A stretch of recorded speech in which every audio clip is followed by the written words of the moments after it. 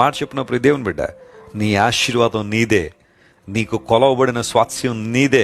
దేవుడు దాన్ని మరెవ్వరికి ఇవ్వడు. ఈ విషయాన్ని గుర్తుపెట్టుకో. నీ పట్ల దేవునికి ఉన్న ప్రణాళిక అంత గొప్పది. కృంగిపోవద్దు. నీ బిడ్డల భవిష్యత్తు గురించి చింతపడుతున్నావా?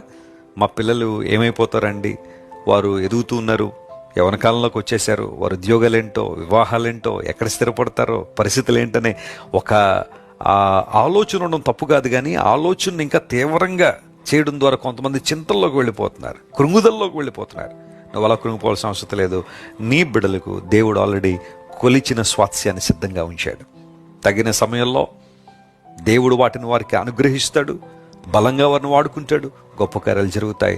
ఇశ్రాయేలు ప్రజల పక్షంగా దేవుడు చెప్పిన ఈ మాట స్పష్టంగా దేవుడు నెరవేర్చి, సరిహద్దులతో సహా దేవుడు వారిని కొలిచి ఇచ్చిన ఆ భూభాగంలోకి దేవుడు వారిని నడిపించాడు.